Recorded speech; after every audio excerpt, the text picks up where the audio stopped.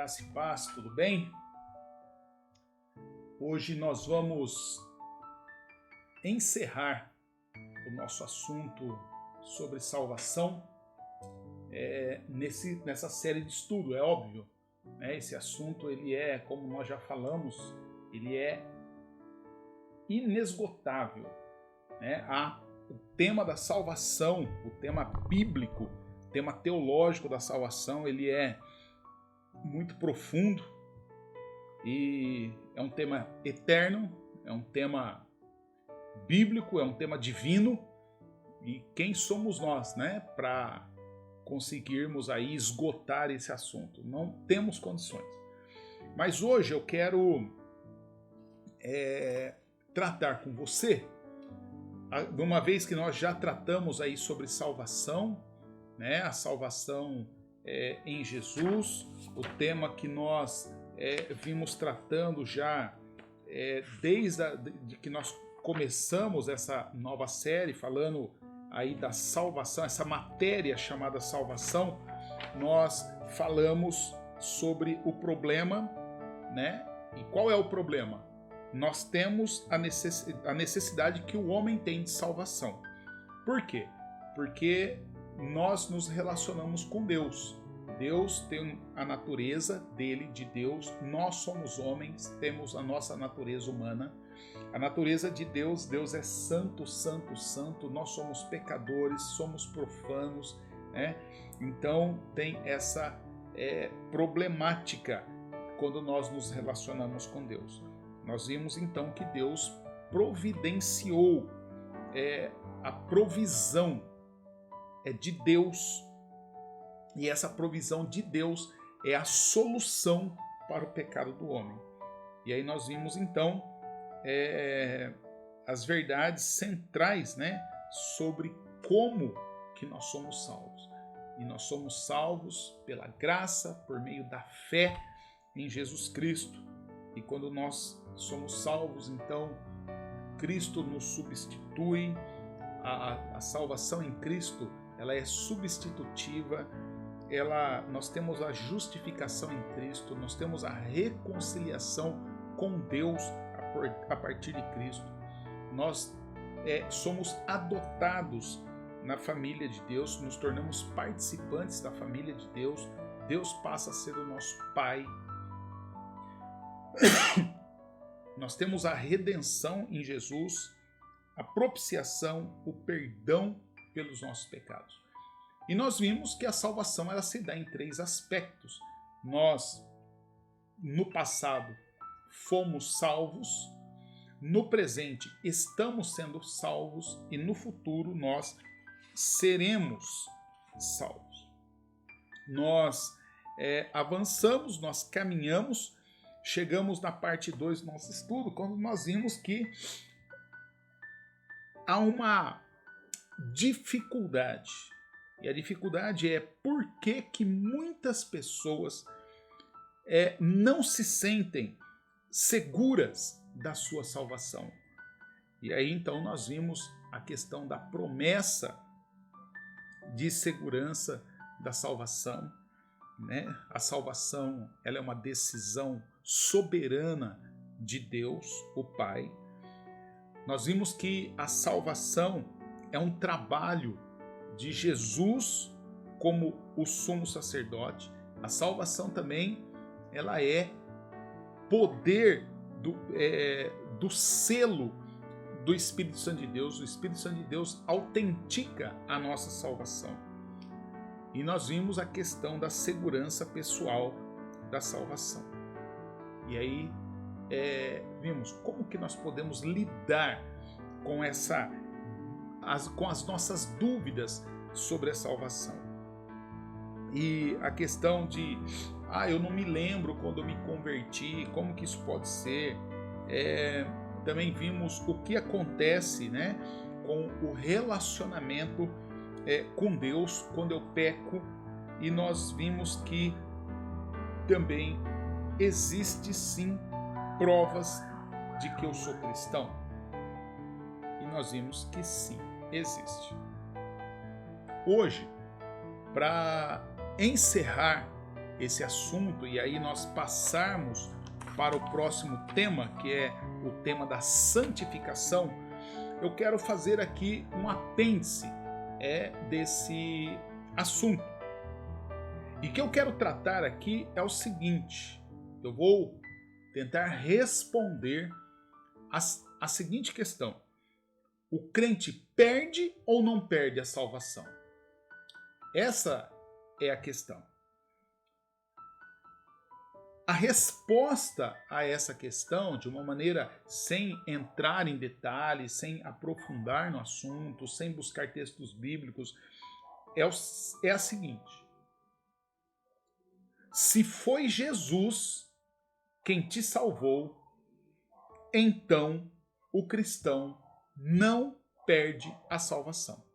Agora, se a sua salvação está baseada em qualquer outro sistema, esquema, pessoa, então aí é bom você colocar sua barba de molho, é bom você ficar aí ligeiro, é bom você ficar pianinho, né? É bom você tratar aí de realmente cumprir, obedecer as regras, aos costumes. Por quê? Porque então qualquer outra pessoa, qualquer outro esquema, qualquer outro sistema fora de Jesus não pode nos dar a garantia da nossa salvação.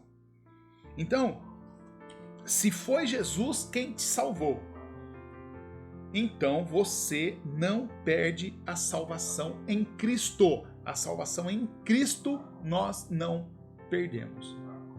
Jesus fala que só vai a Ele aqueles que o Pai conduz. E aqueles que o Pai conduz, Ele os segura, Ele os salva e ninguém os arrebata da mão dele. Essa é a promessa de Jesus. Querido, e as Escrituras, a Bíblia, ela nos aponta para a segurança que nos é garantida quanto à nossa salvação. A Bíblia toda, de Gênesis a Apocalipse, existem na Bíblia inúmeros versículos que apontam, que sinalizam, que direcionam para a segurança e para a garantia da nossa salvação. Querido, poucas passagens na Bíblia parecem, né? Quando você olha assim, grosso modo, quando você olha sem profundidade, quando você olha sem fazer teologia ali do texto, então poucas passagens elas parecem indicar que a nossa salvação poderia ser perdida, que a nossa salvação poderia ser tomada. E vamos ver aqui hoje termos uma visão, né, desses textos. Inclusive são textos aí que são usados por aqueles que pregam que o crente perde a salvação, aqueles que fazem terror, aqueles que fazem terrorismo dentro da igreja, aí com as pessoas, né, indicando com as pessoas: olha, cuidado, você vai perder a sua salvação. Então, deixa eu pegar aqui o texto bíblico e eu quero convidar você a abrir a sua Bíblia comigo na carta que o Paulo escreve aos irmãos da Galácia, a igreja da Galácia. Gálatas, capítulo 5, o Paulo diz assim, vou ler a partir do verso 1, tá bom? E vou caminhar aí até pelo menos o verso 15, e depois nós vamos tratar desse texto. O Paulo diz assim: Cristo nos libertou para que nós sejamos realmente livres.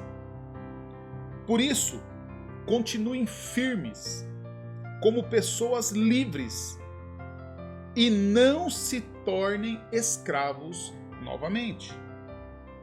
Prestem atenção. Eu, o Paulo, afirmo que, se vocês deixarem que os circuncidem, então Cristo não tem nenhum valor para vocês. Repito isso mais uma vez, para que qualquer homem que deixar que o circuncidem, esse homem é obrigado a obedecer toda a lei.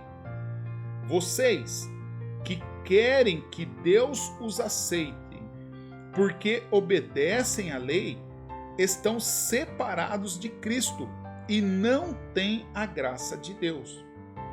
Mas nós temos a esperança de que Cristo nos aceitará.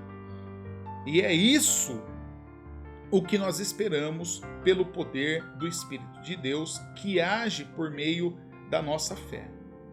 Pois quando estamos unidos com Cristo Jesus, não faz diferença nenhuma estar ou não estar circuncidado. O que importa é a fé que age por meio do amor. Vocês estavam indo tão bem. Quem convenceu vocês a deixarem de seguir a verdade? É claro que quem os convenceu não foi Deus, que os chamou. Como dizem por aí, um pouco de fermento fermenta toda a massa.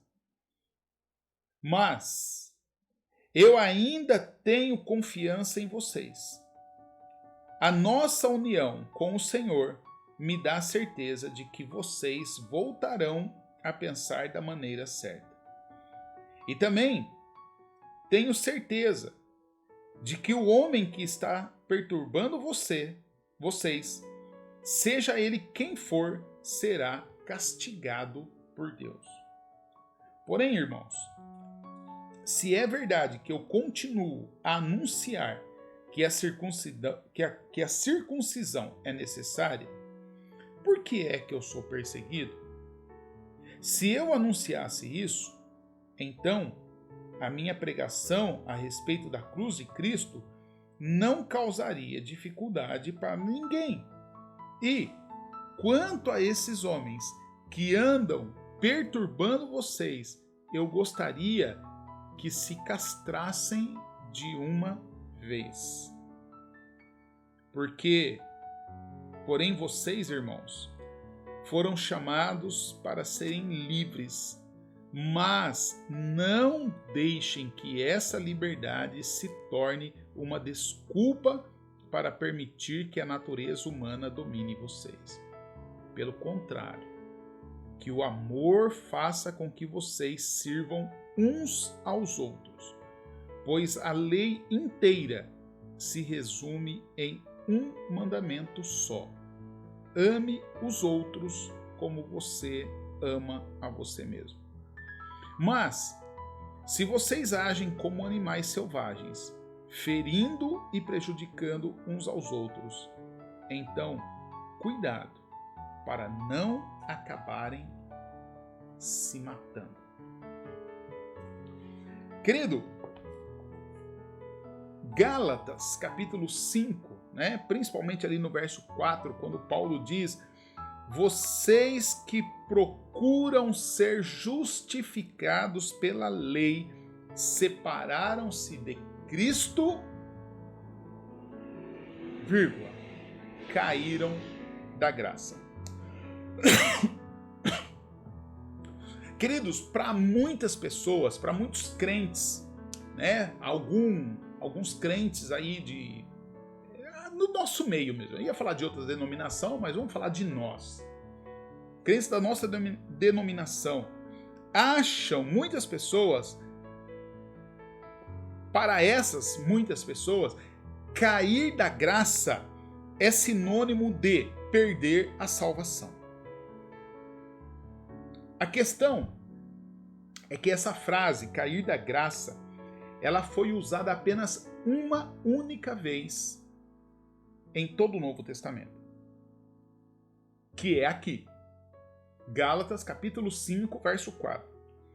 O apóstolo Paulo, ele está defendendo, nessa carta aos Gálatas, o apóstolo Paulo está defendendo o evangelho, defendendo a supremacia do evangelho de Cristo. E ele está fazendo isso contra a pregação, contra o ensino de um grupo de judeus chamados judaizantes. Um grupo que chegou ali naquela região, a região dos Gálatas, né, da igreja ali de Gálatas, logo depois que o Paulo partiu. Paulo saiu, foi para outro lugar, aqueles cristãos chegaram ali e começaram então por terror nos crentes. O que esses judaizantes ensinavam à igreja que o Paulo tinha acabado de ensinar? Eles ensinavam que a salvação ela era encontrada a partir de fé em Cristo e guarda e observância e obediência da lei mosaica. Querido, a maior distorção que esses judaizantes faziam ali na igreja é que eles ensinavam sobre circuncisão. Por isso que o Paulo fala assim, olha, o que eu queria mesmo é que eles, quando fossem se circuncidar, se castrasse, se tornasse eunucos. Assim pararia de perturbar os outros. Esses crentes, querido, eles acreditavam que todo cristão que não era judeu, né, era chamado pagão, era o gentil, todo cristão que era gentil, que se convertia ao cristianismo, ele deveria, em absoluto, ser circuncidado, para que ele pudesse assegurar a sua salvação. Na cabeça desses homens e no ensino deles, o que eles estavam ensinando à igreja, era o seguinte, é que não era suficiente crer somente na morte de Cristo. Por isso que, muitas vezes não, por isso que todas as vezes que nós falamos e apresentamos Jesus e dizemos às pessoas a necessidade dela se entregar a Jesus, nós dizemos a necessidade dela confessar e confiar em Jesus Cristo como único e suficiente Salvador e Senhor. Por quê? Porque eles não criam que Jesus era o único. Tinha Jesus mais a lei. E não era suficiente crer só na morte de Cristo como pagamento pelo pecado. Eles ensinavam que o homem, todo judeu, o judeu já era por nascimento, mas todo gentil que se convertia ao cristianismo tinha que pegar aí essa carga do judaísmo. Então ele deveria combinar fé, regras da lei, e aí essa junção proporcionava para ele a vida eterna e garantia a vida eterna. Querido, eles estavam ensinando muitas e muitas regras. E as regras iam até a questão da dieta dos judeus. O que podia comer, o que não podia, que tipo de alimento que podia comer, que tipo de alimento que não podia comer. Isso ia também, as regras iam aguardar dias especiais, né? Então, isso nós vemos hoje, né? Que roupa que eu posso vestir? Posso vestir tal roupa? Não posso. Posso ir a tal lugar? Não posso. Posso me relacionar com um tipo de pessoa? Não posso. Posso comer determinado tipo de alimento ou não posso? Eu posso trabalhar determinados dias, não posso, determinado dia eu posso ir em tal lugar ou não posso. Então, querido, o apóstolo Paulo, quando ele escreve essa carta aos Gálatas, o Paulo ele está assim com o coração pesado, ele está com o coração partido, porque o Paulo ele conhece o evangelho, como ele diz ali em Gálatas 5, Cristo vos chamou para a liberdade, para serem verdadeiramente livres. E agora o Paulo está olhando e está vendo os cristãos da Galácia que tinham sido libertos e agora eles estavam facilmente sendo levados, sendo conduzidos, sendo arrastados, sendo desviados do evangelho da graça pela ação desses judaizantes que vinham com um discurso mirabolante, com práticas, né? Fazendo coisas ali tão práticas para eles se encantarem com isso, que eles estavam se desviando do evangelho. E é por isso que o Paulo diz, olha, que ele não tinha medo de que aqueles crentes viessem a perder a salvação. Porque a salvação em Cristo Jesus, ela não é perdida, porque quem salvou foi o Cristo. E ele prometeu, de maneira nenhuma, ninguém, nada vai arrebatar da minha mão. Como Paulo diz aos romanos, né? Nada, absolutamente nada poderá nos separar do amor de Deus que está em Cristo Jesus. Agora, se o Paulo não tinha medo que eles perdessem salvação, por que o Paulo estava tão preocupado? Por que o coração do Paulo estava ali tão agoniado ou agonizante?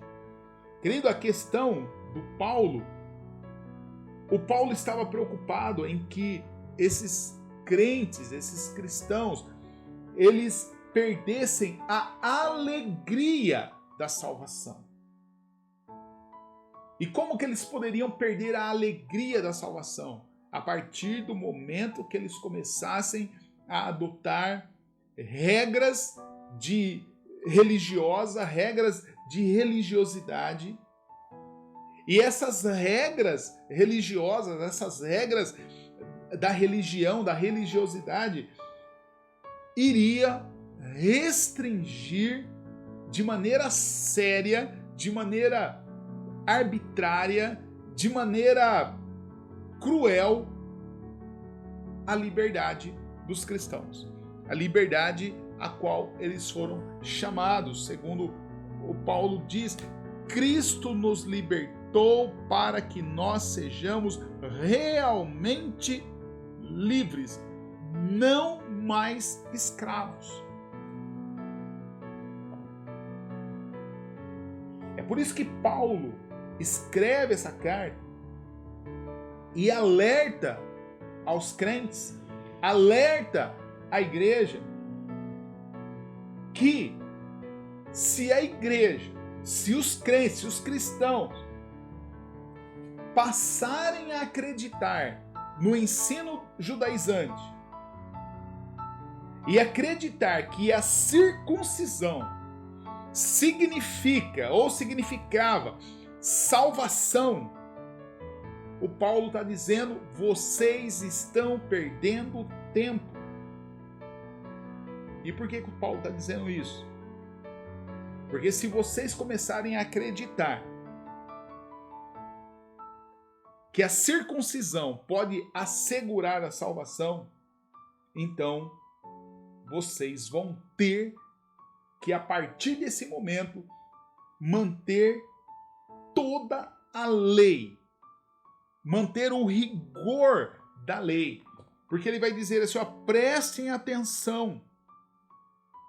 Eu, Paulo, afirmo que se vocês deixarem que os circuncidem, então Cristo não tem nenhum valor para vocês. Eu repito isso mais uma vez, para qualquer homem que deixar que o circuncide, esse homem é obrigado a obedecer toda a lei. Que Paulo está nos dizendo, isso cabe para mim, isso cabe para você, isso cabe para a nossa igreja, isso cabe para as igrejas.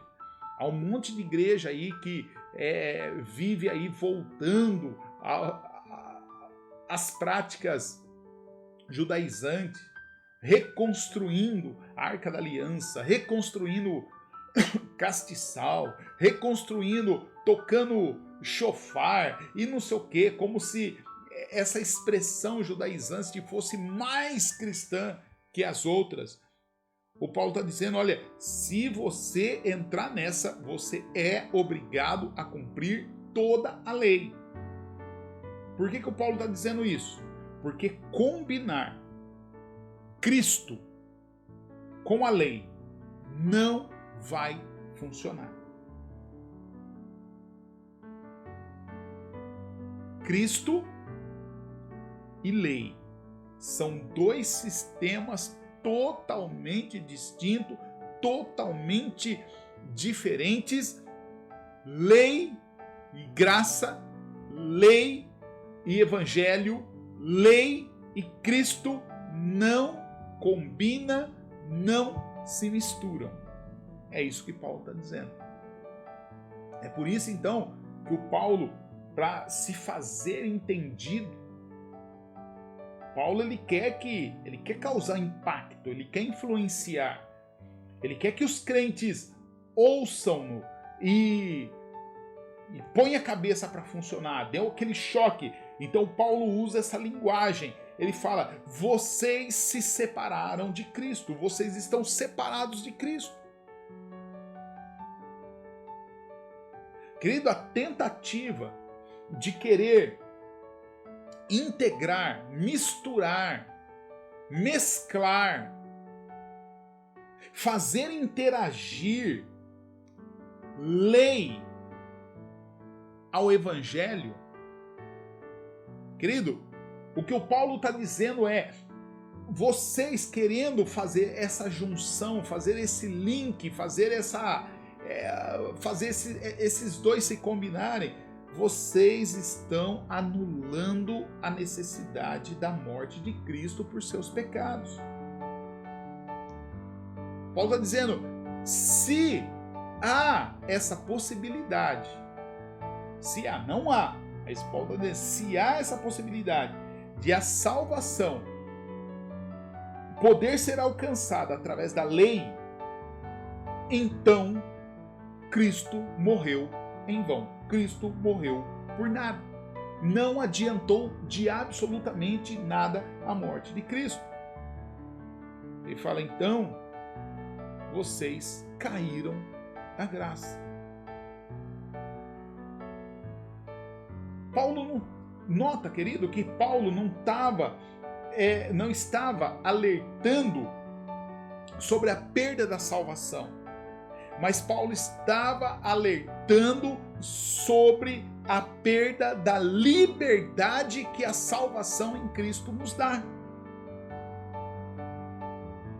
O Paulo sabia que cair da graça de Deus ia levar aqueles crentes à frustração, ia levar aqueles crentes a viver debaixo da lei, ia levar aqueles crentes à escravidão. Então Paulo alerta, cuidado para que vocês não caiam da graça.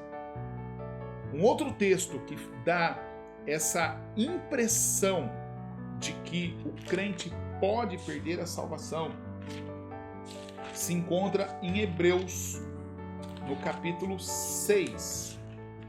Hebreus capítulo 6, do verso 4 até o verso 6, diz assim: como é que pessoas que abandonaram a fé podem se arrepender de novo?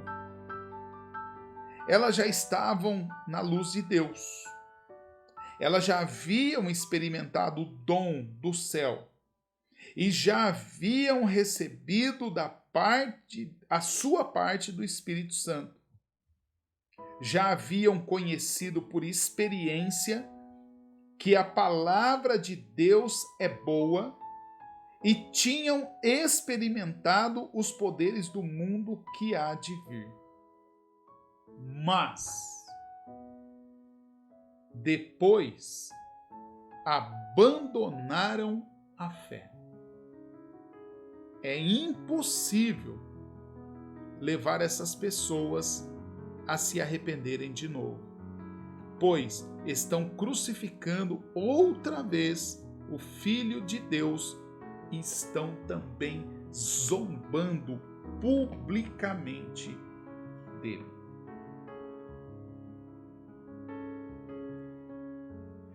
Querido, todo o livro de Hebreus, ele provavelmente foi endereçado a um grupo de judeus. Daí a carta aos Hebreus.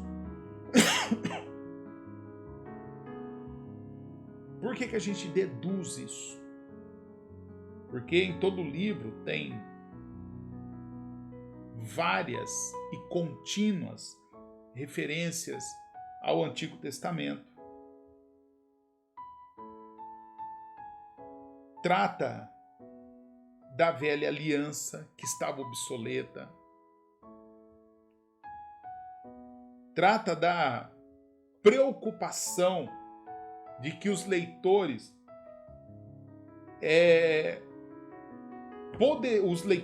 ali a quem foi dirigida a carta, eles poderiam vir a desistir da sua dependência de Cristo e retornar ao judaísmo.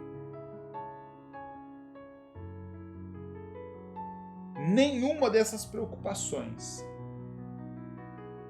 seria tratada, seria abordada se os destinatários dessa carta não fossem crentes, judeus convertidos.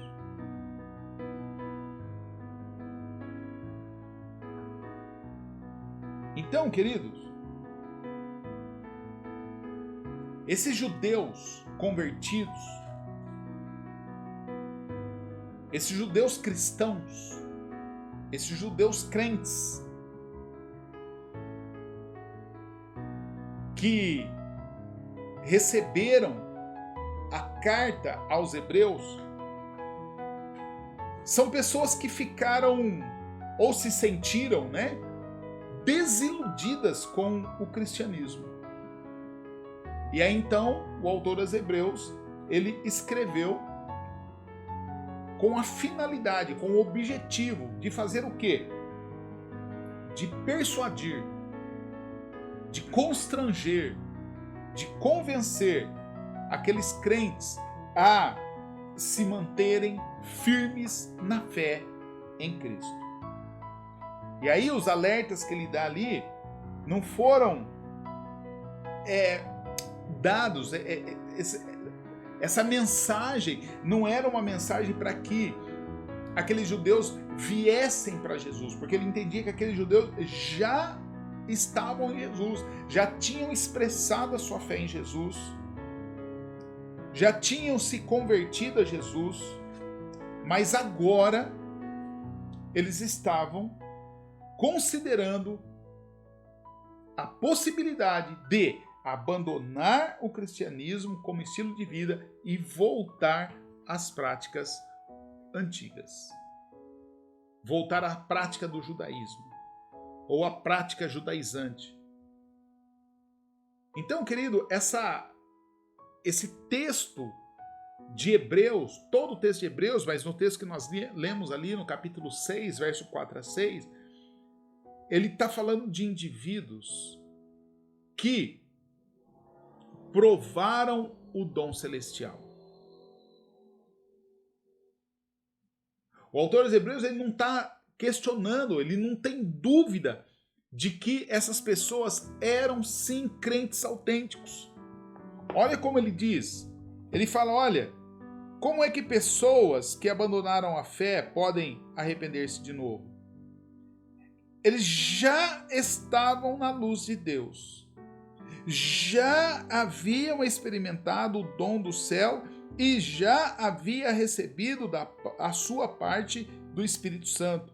Já haviam conhecido por experiência que a palavra de Deus é boa e tinham experimentado os poderes do mundo que é por vir. Eles já eram crentes.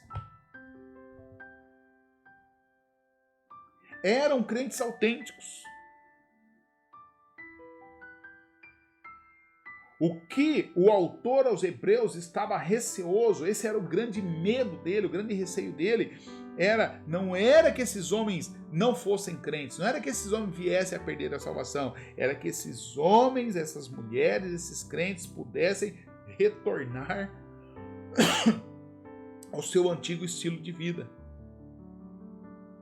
E retornando ao seu estilo de vida, a seu antigo estilo de vida, eles também retornariam às formas, às práticas religiosas, às práticas de adoração, segundo o judaísmo e não mais segundo o cristianismo.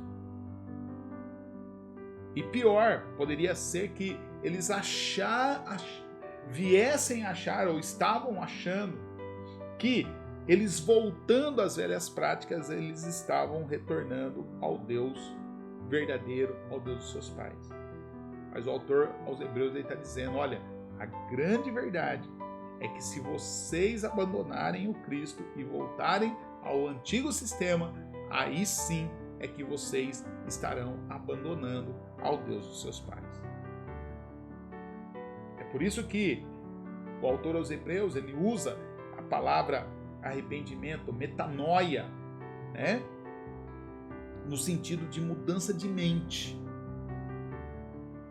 Assim como Jesus usou a palavra metanoia, assim como Paulo usa a palavra metanoia, a mudança de mente, renovação, expansão da consciência. Aqui também o autor aos Hebreus ele está falando dessa expansão da consciência. Ele está dizendo, esses cristãos, eles mudaram a sua mente, eles expandiram a sua consciência, mudaram o jeito de pensar sobre o Cristo.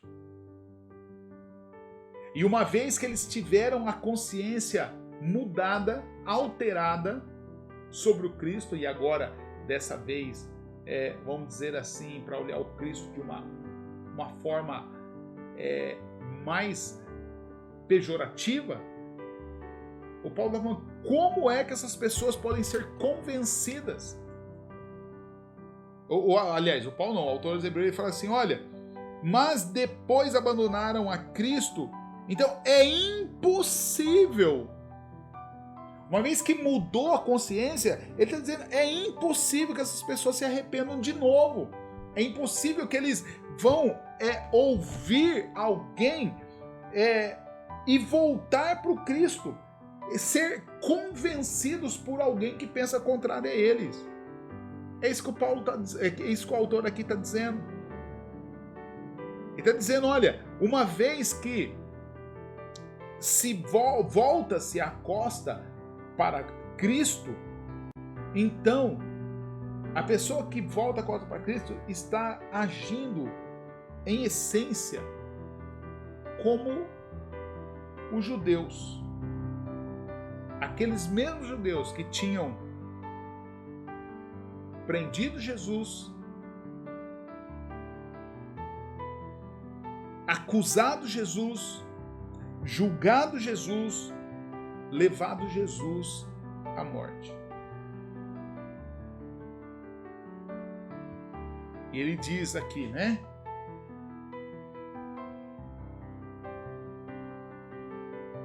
Pois estão crucificando outra vez o Filho de Deus e zombando publicamente dele.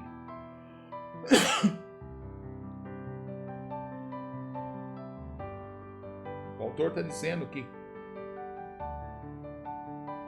dar as costas para Jesus.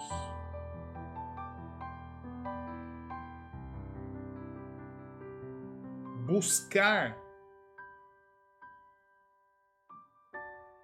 o modelo antigo de viver, buscar as práticas judaizantes. Ele está dizendo que isso é uma negação pública de fé. E pior, levariam aquelas pessoas que ainda não foram a Jesus a concluir que o cristianismo é balela. Não tem nada de significante.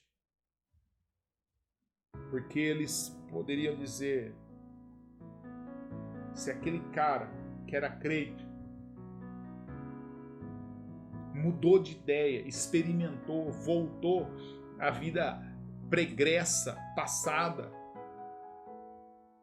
para que eu quero isso para mim? Então o autor aqui vai dizer, né? Zombam do Filho de Deus, crucificam o Filho de Deus novamente e zombam dele publicamente.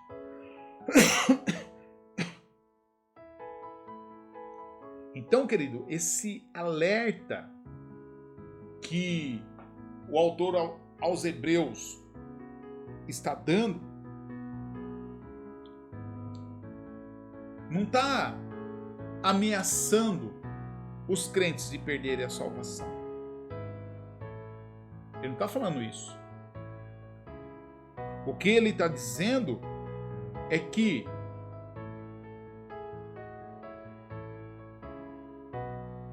é inquestionável, é incontestável a segurança dos crentes quanto à salvação.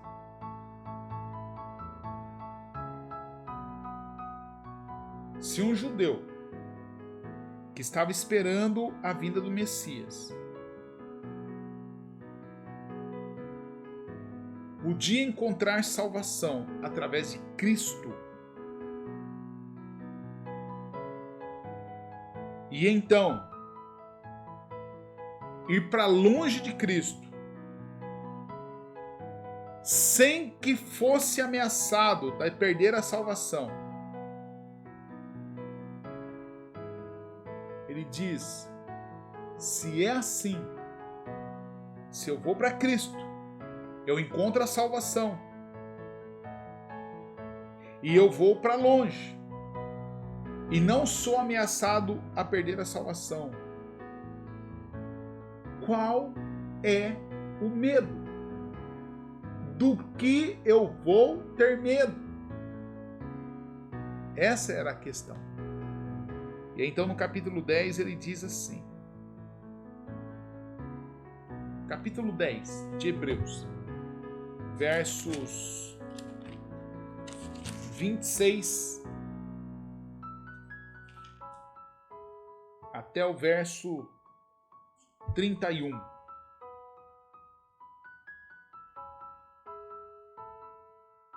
Esse texto está nos convidando a chegarmos mais perto de Deus.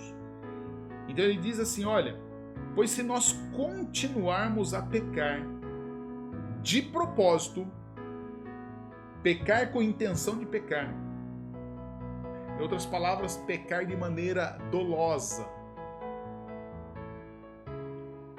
se continuarmos a pecar de propósito, depois de conhecer a verdade, já não há mais sacrifício que possa tirar os nossos pecados.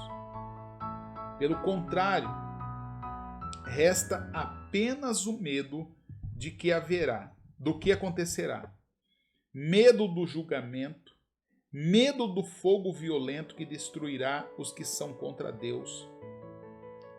Quem desobedece à lei de Moisés é condenado sem dó à morte.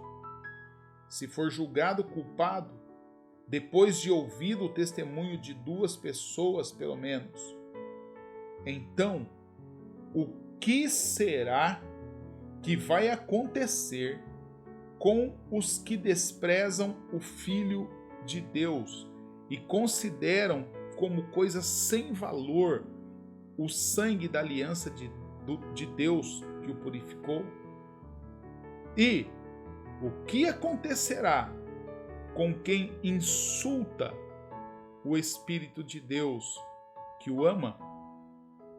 Imagine como será pior ainda o castigo que essa pessoa vai receber. Pois sabemos quem foi que disse: eu me vingarei, eu acertarei contas com vocês. E quem também disse: o Senhor julgará o seu povo.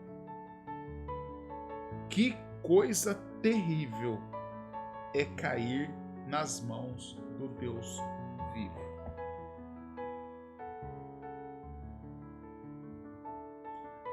Querido, se essa passagem, Hebreus capítulo 10, verso 26 ao verso 31, ensina que o pecado intencional resulta em perda de salvação, então essa passagem também ensina que a salvação é perdida por um pecado intencional.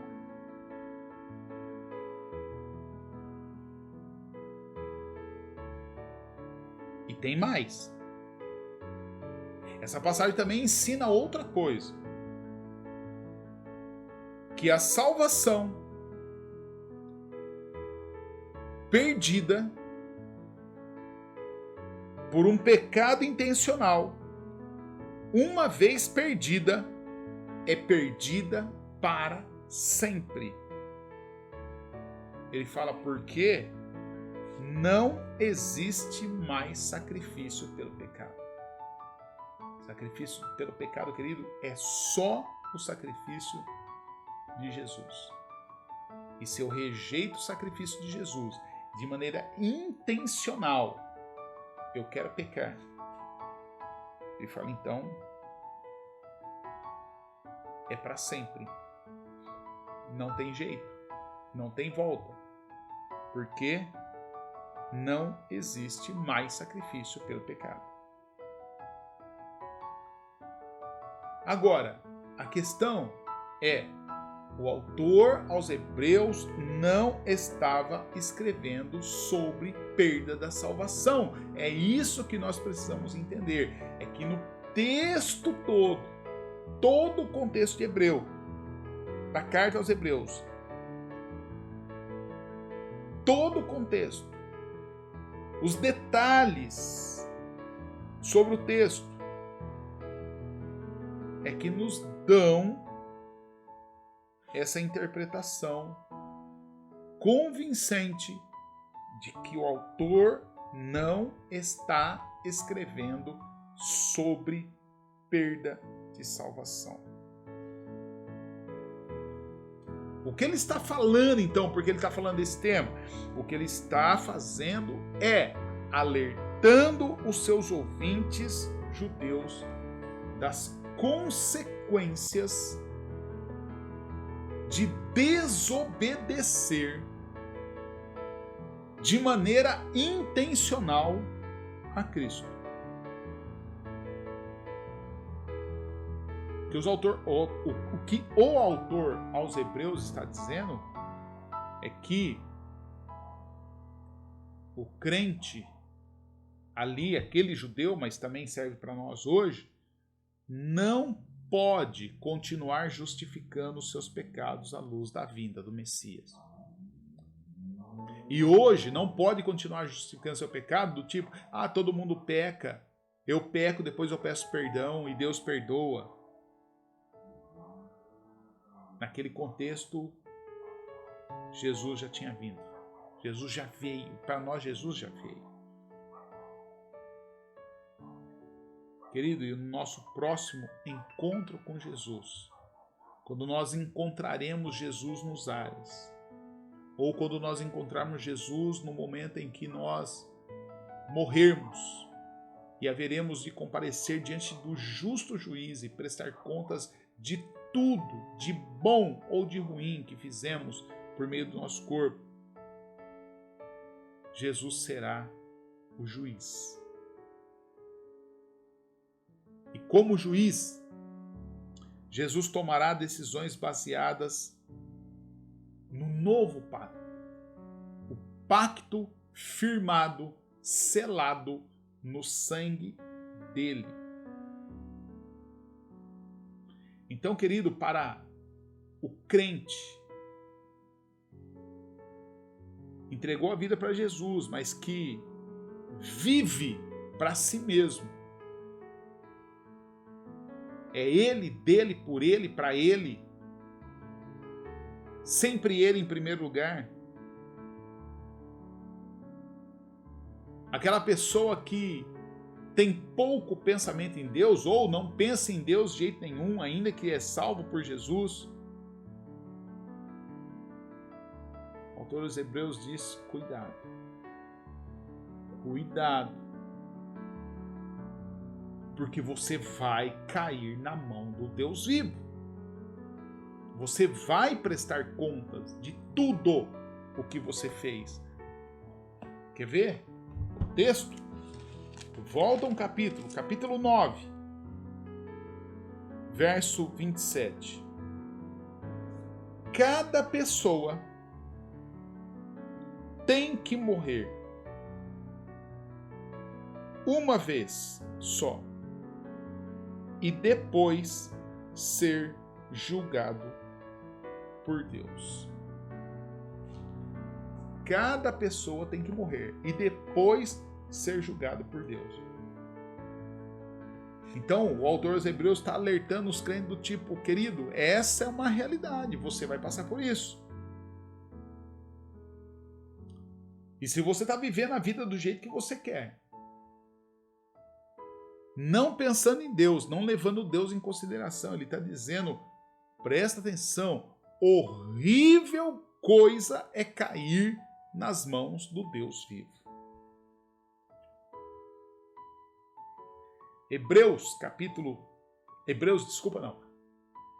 Apocalipse, capítulo 3, verso 5, diz assim. Jesus está falando para o João escrever a igreja de Sardes, né? E ele diz assim: o vencedor será igualmente vestido de branco.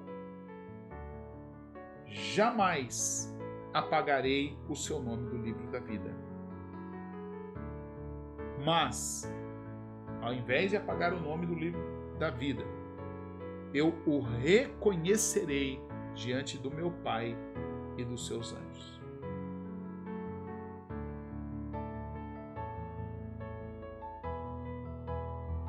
Querido,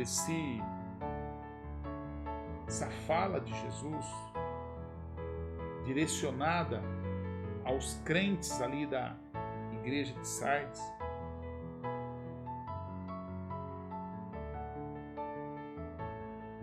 diferente dos crentes ali de Sardes, esses crentes a quem a carta foi dirigida, eles permaneceram incontaminados do mundo à sua volta.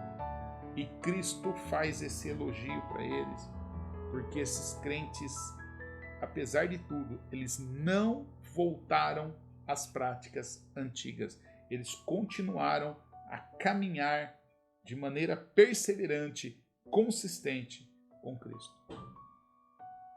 Então, 5 vezes no livro do Apocalipse, o apóstolo João faz referência ao livro da vida. E em 2 dessas passagens, ele deixa claro que ele não acreditava que o nome de uma pessoa pudesse ser apagado do livro da vida. Isso está em Apocalipse capítulo 13, verso 8 e Apocalipse 17 também, verso 8. No capítulo 13, verso 8, ele diz assim: todos os habitantes da terra adorarão a besta. A saber, todos os habitantes da terra que não tiveram seus nomes escritos no livro da vida do Cordeiro que foi morto desde a criação do mundo. No capítulo 17, verso 8, a parte B do versículo, o João diz assim: os habitantes da terra cujos nomes não foram escritos no livro da vida desde a criação do mundo. Aqui, nesse texto, capítulo 17, verso 8, o João ele usa essa palavra mundo para se referir a todo o universo. O João ele está indicando que o livro da vida ele foi totalmente preenchido. O livro da vida já está, o que o João está dizendo é que o livro da vida já está preenchido. Deus não preenche ele todos os dias. Olha, alguém entregou a vida para Jesus, então Deus anotou lá. Não, Deus já anotou o nome dessa pessoa que se entregou a ele hoje, daquele que vai se entregar amanhã. Deus já anotou isso desde a eternidade. Antes de Jesus morrer por essa pessoa, Deus já tinha escrito o nome dessa pessoa no livro da vida. É isso que o texto está dizendo.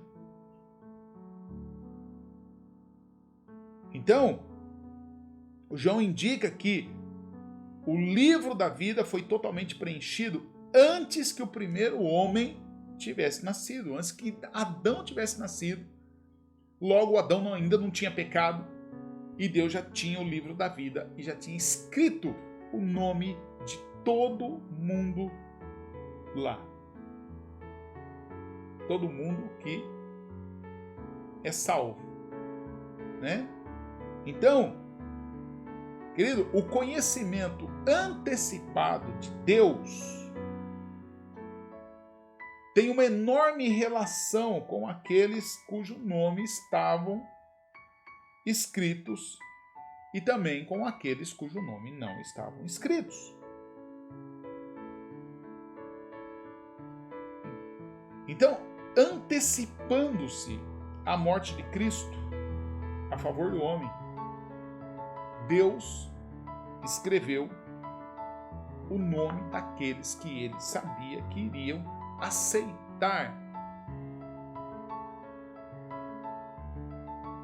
a graciosidade da graça dele, da oferta de salvação dele. Então Deus escreveu antes de eu e você sabermos qualquer coisa sobre Deus, sobre o pecado, sobre salvação. Antes disso, Deus já preencheu o livro da vida, porque Deus já sabe o que cada um de nós fará, como responderemos a tão maravilhosa graça. É por isso, querido, que Deus não escreveu o nome de ninguém no livro da vida em resposta ao que eu, você ou qualquer outra pessoa venhamos a fazer.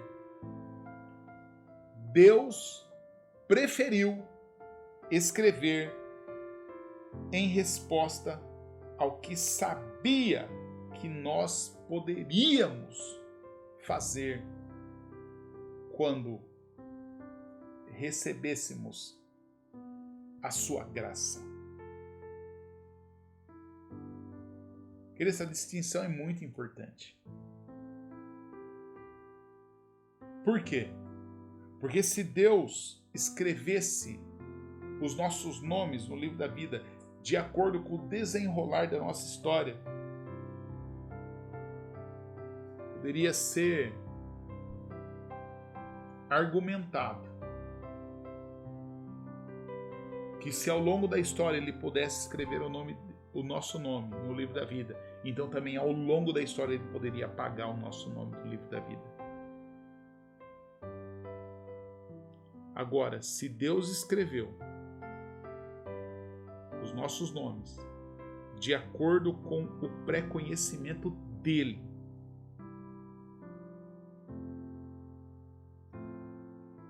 então nós podemos crer na Bíblia de que o livro da vida já estava completo, não tem mais páginas para ser escrito, desde antes do início do mundo. E nesse caso, querido, ninguém, absolutamente ninguém, precisa viver com medo, precisa viver desesperado, precisa viver ansioso.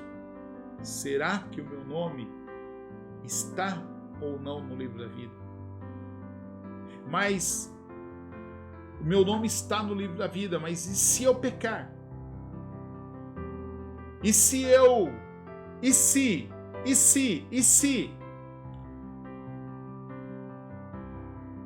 Eu perco a salvação? Se eu desagradar Deus, Deus apaga o meu nome do livro da vida? Querido, não precisa viver com medo do seu nome ser apagado do livro da vida. Sabe por quê? Isso não acontecerá jamais. Em outras palavras, querido, o lápis de Deus não tem borracha. Antes de você nascer,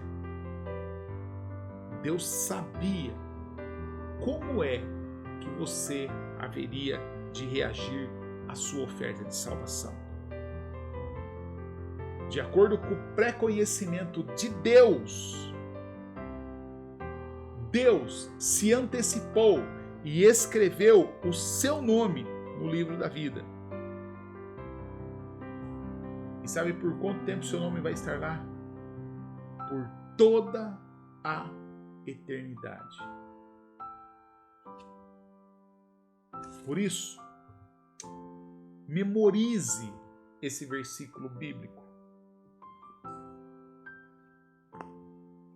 Efésios capítulo 2, verso 8 até o verso 10.